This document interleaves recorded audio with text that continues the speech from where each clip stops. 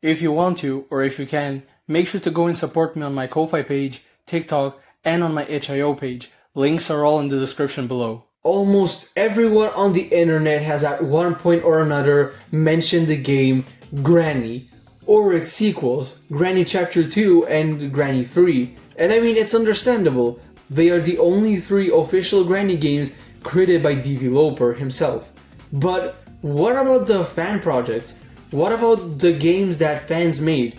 Because trust me, there are quite a lot of Granny fan-made games. Some of them better and some of them worse. But today I'll be going over the main three fan-made Granny games, as Developer is still on his sleeping status and he probably won't be waking up anytime soon. So without any new Granny games to talk about since the release of Granny 3, which has been like a few years ago as of now, well, that time is passing by really fast, we will be taking a look at Granny 4, The Rebellion, Granny 5, Time to Awake, and the Granny remake.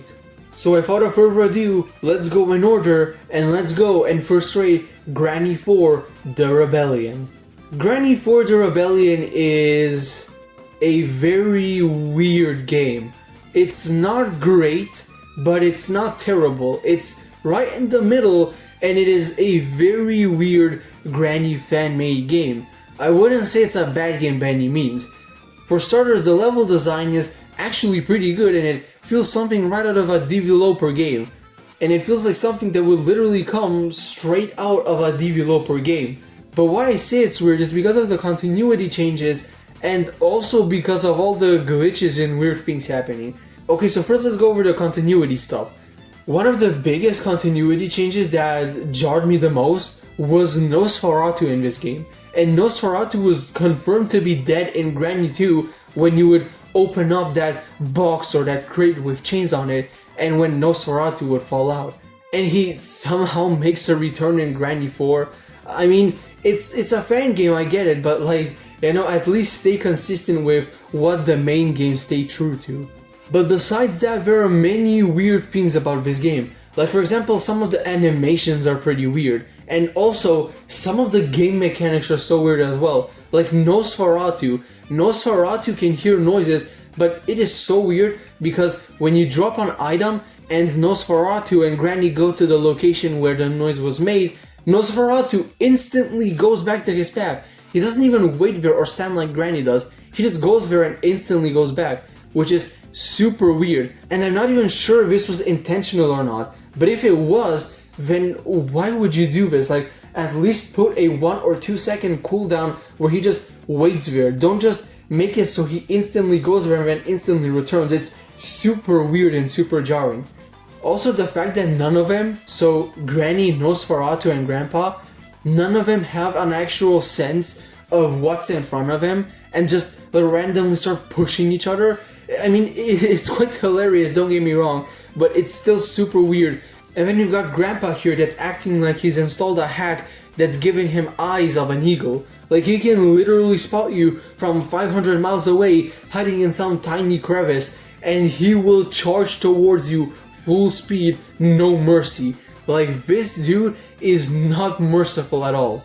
And the final weird thing I have to mention about this game is the hitboxes.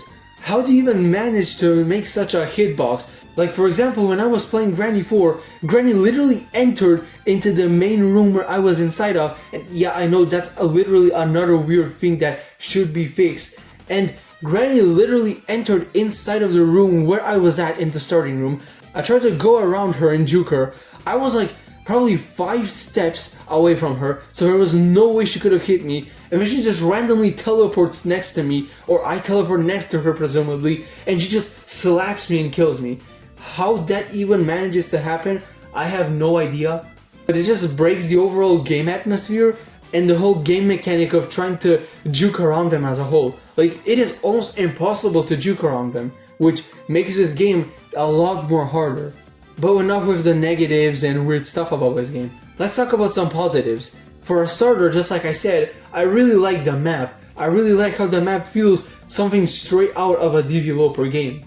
Not only that, but the music in this game absolutely slaps. Props to the creators of Granny 4, because this music is very good and will probably be very fitting for an official Developer game as well. Another thing that I really like is the variety of characters. You've got Granny, Grandpa, Nosferatu, and Slenderina, 4 different characters, which adds on to the gameplay experience and the overall challenge as well. Not only that, but I absolutely love all the options they've given the player to switch up with their own unique options that are unique to these fan games. And with that, we are done with Granny 4. I've told the negatives and the positives, and my overall opinion is that this game is a very weird fan-made Granny game. Not good, not bad, not great, not terrible. It is somewhere in a weird middle that I just can't really explain. And if I was to rate this game, then it would probably be around a 6 out of 10. And so now let's move on to Granny 5, Time to Wake Up. Now Granny 5, Time to Wake Up is a really good Granny game, but I wouldn't even consider this a full-on Granny game to start off with. Why do you ask this, you might ask? Well, yeah, the main premise of this game is still Granny. Like, this game in its heart is still Granny, don't get me wrong. But the whole premise of why you're trapped in here and why you're stuck inside of Granny's house and whatnot has been completely changed. The whole narrative as to why and how you got here is completely changed. And so that's why I wouldn't call this just a full-on Granny game. I'd call this a modified Granny game, which means that it's a fan-made Granny game with a modified storyline. And I mean, sure, some people might not have an issue with that, but I honestly take issue with that. Because changing the whole narrative of how you got to the house and how you got trapped there and why Granny trapped you and whatnot, while trying to make a game based on Granny, is just kinda weird in my opinion. And they probably should have just stick to the original lore. But I do sorta understand why they would actually go for an original storyline. And so while it does bother me, it doesn't really bother me that much to the point where I tank down points on this game or anything similar. But anyhow, just like in Granny 4, I really like how this game has a lot of different customization options and a lot of different setting options that Granny 1 and somewhat Granny 2 lacked a lot of. And also, just like in Granny 4, I also really like the variety of characters. You've got Slenderina, Granny's mom, Granny, and Grandpa. Speaking of Grandpa, I really like the unique way he was added into this game. Instead of just copy-pasting Granny's mechanics and changing a few things, they actually added him really tastefully into this game. And actually really surprisingly as well for many people who are gonna be playing this game for the first few times. Okay, but what about Granny's mom, you might ask? Well, Granny's mom is, well, she's there, I guess. She's literally just a copy and paste of Granny with like a few changes there and there. The music in this game is alright, nothing to write home about, but still alright. I actually think the musicals are quite catchy and quite fine, but they're nothing really to write home about. But personally, what really takes this game for me are the endings. All of the endings, each and every ending is actually very fun and very unique. And I praise the devs for actually putting an incentive in the players to collect these endings, and in turn also indirectly putting an incentive for the players to play through the entire game multiple times, which is very cool, and I absolutely praise the devs for doing this. Now, one final thing I need to talk about, and I absolutely despise this, are the microtransactions. Now yeah, don't get me wrong, I absolutely understand that the game is free and that the devs absolutely support some financial support, don't get me wrong. But the way they added them in, especially the ads in the mobile version, is so distasteful. But anyhow, yeah, those were my positives and negatives of this game. I still think that this is a pretty good game. I still think it's a far better game than Granny 4, and that's why I'm going to be rating it an 8.5 out of 10. And finally, we've got the final fan-made Granny game in this list, which is the Granny remake.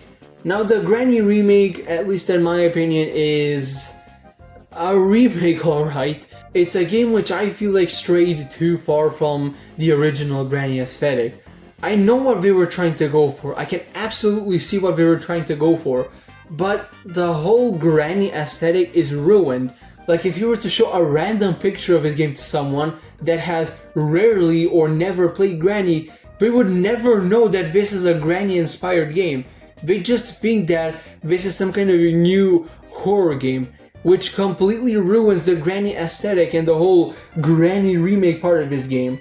Also, one thing I noticed is how poorly optimized this game is. If I'm not wrong, I believe this game was created in the Unreal Engine, and it's definitely visible, alright. I mean, the visuals are stunning, like, don't get me wrong, like, they are absolutely stunning, but it is just so unoptimized. I don't have a weak PC, I have a pretty powerful PC, and I needed to turn down my settings down to medium/low to be able to play this game at an actually high frame rate. Which, at least in my opinion, while not anything game breaking, is still quite bad, and it just proves that this game and the game engine it was built on are both very unoptimized. But anyhow, just like before with the last two games, I really like all of the customization options you have and all the different options you can change. This one probably has the most out of all of the games, and it's actually super unique in the options that you can change, which is very cool. The sound effects are also very good as well. The overall map design is alright.